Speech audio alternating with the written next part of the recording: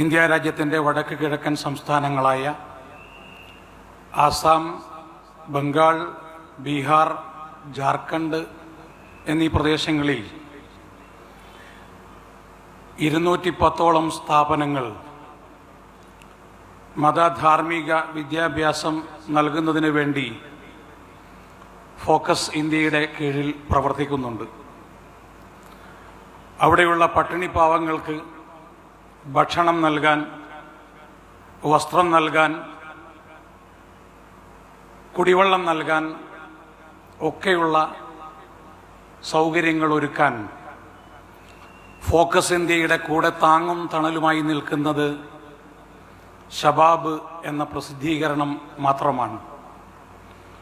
ഷബാബിലൂടെ focus India കൊടുക്കുന്ന അറിയിപ്പ് അനുസരിച്ച് ഷബാബിൻ്റെ വായനക്കാർ, കേരളത്തിലെ 14 ജില്ലകളിലുമുള്ള വായനക്കാർ, കേവലം 100ഓളം പ്രവർത്തകർ മാത്രം 1000 രൂപ മെമ്പർഷിപ്പ് ഫീസ് കൊടുത്ത് മെമ്പർമാരായിട്ടുള്ള ഈ സംഘടനയുടെ കൂടെ ചേർന്ന് നിൽക്കുമ്പോൾ ആ ഷബാബിൻ്റെ ഗോൾഡൻ ജൂബിലിക്ക് ഫോക്കസ് ഇന്ത്യയുടെ ഒരാശംസ പറഞ്ഞില്ലെങ്കിൽ അതിനെന്നോട് പറ്റുമോ എന്ന് ചോദിക്കുമ്പോൾ അത് നിരസിച്ചു കഴിഞ്ഞാൽ അള്ളാഹുവിൻ്റെ പക്കൽ സമാധാനം പറയേണ്ടി വരും എന്നുള്ളത് കൊണ്ട് കൂടിയാണ് നിങ്ങളുടെ മുമ്പിൽ ഞാൻ എഴുന്നേറ്റ് നിൽക്കുന്നത്.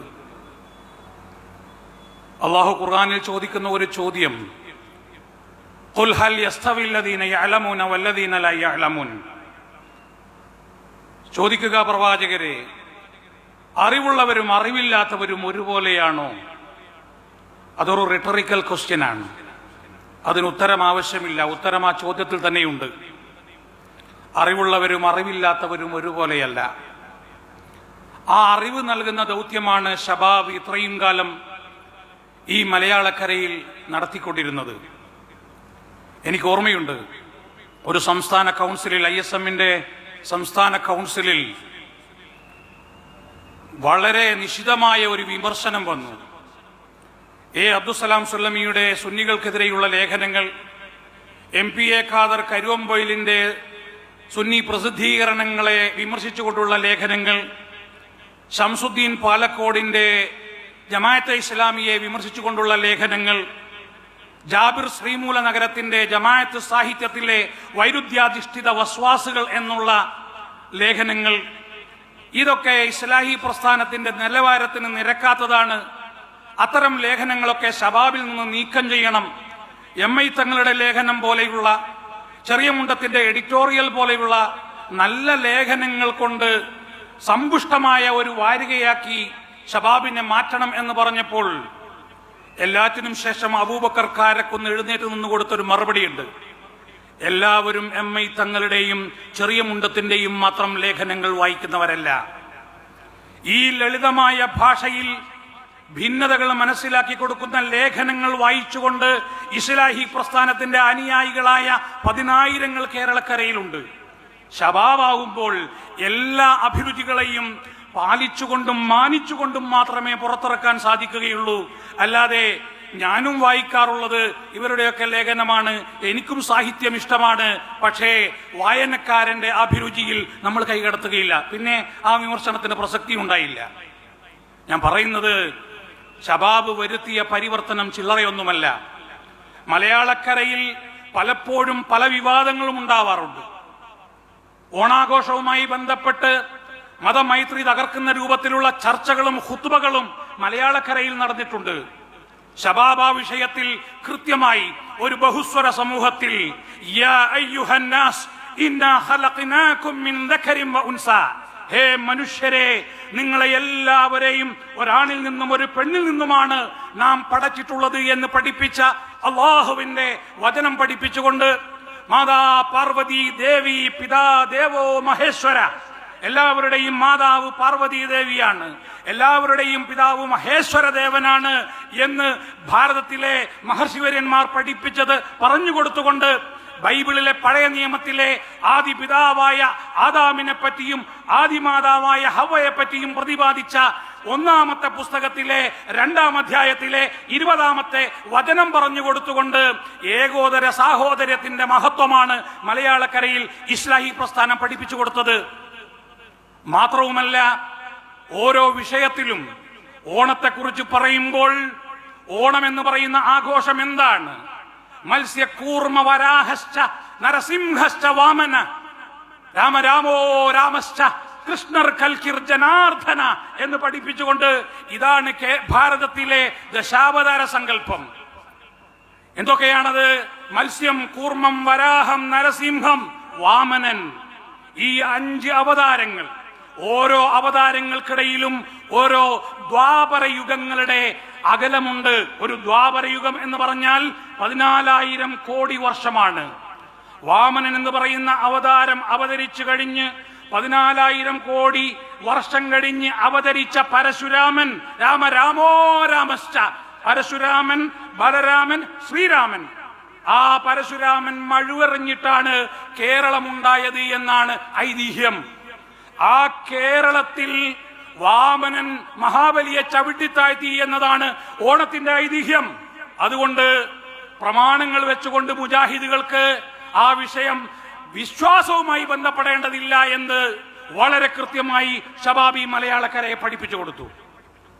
അതൊരു ബഹുസ്വര സമൂഹത്തിൽ പാലിക്കേണ്ട മര്യാദകൾ പാലിച്ചുകൊണ്ട് എങ്ങനെയാണോ ജീവിക്കേണ്ടത്, പ്രവാചകന്റെ ചര്യക്കനുസൃതമായി ആ കാലഘട്ടത്തിൽ എങ്ങനെയാണോ വിശ്വാസികളും അവിശ്വാസികളും കഴിഞ്ഞത്, ആ രൂപത്തിൽ ജീവിക്കണമെന്ന് ശബാബ് പഠിപ്പിച്ചു. അതേപോലെ തന്നെ തെറ്റിദ്ധാരണകൾ വളർത്താൻ ശ്രമിച്ച സമയത്ത് എല്ലാ വിഷയത്തിലും വിശ്വാസപരമായി ഇന്ന് കേരളക്കരയിൽ നിറഞ്ഞു നിൽക്കുന്ന ജിന്നുമ്മമാർ, അതേപോലെ തന്നെ മറ്റു പല വിഷയങ്ങളും അതൊക്കെ കടന്നു വന്ന് ഇന്ന് കേരളത്തിലെ ജനങ്ങൾ ഭീതിയിലാകുമ്പോൾ ആ ഭീതി വേണ്ടതില്ല. അയ്യുൽ ഫരീഖൈനി അഹഖു ബിൽ അംൻ എന്ന് 4 സഹസ്രാബ്ദങ്ങൾക്കപ്പുറം ഖലീലുല്ലാഹി ഇബ്രാഹിം അലൈഹിസ്സലാത്തു വസ്സലാം ചോദിച്ച ആ ചോദ്യം ഉന്നയിച്ച് തൗഹീദിന്റെ മന്ത്രം പഠിപ്പിച്ചു കൊടുത്ത പ്രസ്ഥാനമാണ്, അതിന്റെ പ്രസിദ്ധീകരണമാണ് ശബാബ് എന്ന് നമ്മൾ മറന്നു പോകരുത്. ഞാൻ അവസാനിപ്പിക്കുകയാണ്. തോമസ് കാർലൈൽ അദ്ദേഹത്തിന്റെ പ്രവാചകനെ കുറിച്ച് നടത്തിയ പ്രഭാഷണത്തിൽ ദ ഹീറോ ആസ് പ്രൊഫറ്റ് എന്ന വിഷയത്തെക്കുറിച്ച് നടത്തിയ പ്രഭാഷണത്തിൽ പറഞ്ഞ മനോഹരമായ ഒരു വാചകം കൂടി പറഞ്ഞ് ഞാൻ അവസാനിപ്പിക്കുകയാണ്. അത് ഖുർആനിനെ കുറിച്ചും പ്രവാചകനെ കുറിച്ചുമാണ് പറഞ്ഞത്. അത് കേരളത്തിലെ ഇസ്ലാഹി പ്രസ്ഥാനത്തെക്കുറിച്ചും ശബാബിനെ കുറിച്ചും നമുക്ക് പറയാൻ പറ്റുന്ന രൂപത്തിലുള്ള ഒരു വാചകം കൂടിയാണ്. To the Arab nation, it was as a birth from darkness into light. Arabia first became alive by means of it. A poor shepherd people roaming unnoticed in its deserts since the creation of the world. A hero prophet was sent down to them with a word they could believe. See, the unnoticed becomes the world notable. The small has grown world great within a century afterwards. Arabia is a Grenada in this hand and a Delhi on that എന്നാണ് Thomas Carlyle പറയുന്നത്. Arab രാഷ്ട്രത്തിന് ഇരുട്ടിൽ നിന്ന് വെളിച്ചത്തിലേക്കുള്ള ഒരു പുനർജന്മമായിരുന്നു അത്. ആരോരും അറിയാതെ, കേൾവിയും കേൾപ്പോരുമില്ലാതെ മണലാടനത്തിൽ കഴിഞ്ഞുകൂടിയിരുന്ന ഒരു ജനതതി, അവരിലേക്ക് മഹാനായ ഒരു പ്രവാചകനത കടന്നു വരുന്നു. അവർക്ക് വിശ്വസിക്കാൻ കഴിയുന്ന ഒരു വാക്കുമായി, ദൈവത്തിന്റെ വാക്കുമായി. നോക്കൂ നിങ്ങൾ, ആരാലും ശ്രദ്ധിക്കപ്പെടാതെ കടന്നിരുന്ന ജനതയത ലോകത്തിന്റെ മുഴുക്കെ ശ്രദ്ധ പിടിച്ചു പറ്റുന്നു. എല്ലാവരാലും ചെറിയവരായി ഗണിക്കപ്പെട്ടിരുന്ന ജനതയത ലോകത്തിന്റെ മുഴുക്കെ ശ്രദ്ധ പിടിച്ചു പറ്റുന്നു. ഒരൊറ്റ നൂറ്റാണ്ട് കൊണ്ട് ഒരറ്റത്ത് അറേബ്യയിൽ, സ്പെയിനിൽ, വേറൊരു ഭാഗത്ത് ഇന്ത്യയിൽ എത്തി നിൽക്കുന്ന ഇസ്ലാമിനെയാണ് നമ്മൾ കാണുന്നത് എന്ന്. അത് ഖുർആനിന്റെ കരുത്താട്, ഖുർആനിന്റെ ശക്തിയാണ്.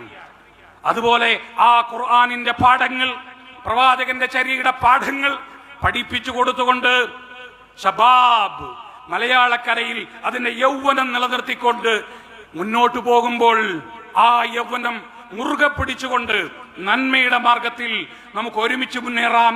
ഇസ്ലാഹി പ്രസ്ഥാനത്തിന്റെ, ഫോക്കസ് ഇന്ത്യ എന്ന് പറയുന്ന പ്രസ്ഥാനത്തിന്റെ എല്ലാവിധ ആശംസകളും ഈ ചടങ്ങിന് നേർന്നുകൊണ്ട് സർവശക്തനായ അള്ളാഹു നമ്മളെ എല്ലാവരെയും സ്വർഗത്തിൽ ഒരുമിച്ച് കൂട്ടിത്തരുമാറാവട്ടെ എന്ന് പ്രാർത്ഥിച്ചുകൊണ്ട് നിർത്തുന്നു. വാഹിറു ദഅവാനാ അൽഹംദുലില്ലാഹി റബ്ബിൽ ആലമീൻ. അസ്സലാമു അലൈക്കും വറഹ്മത്തുള്ളാഹി.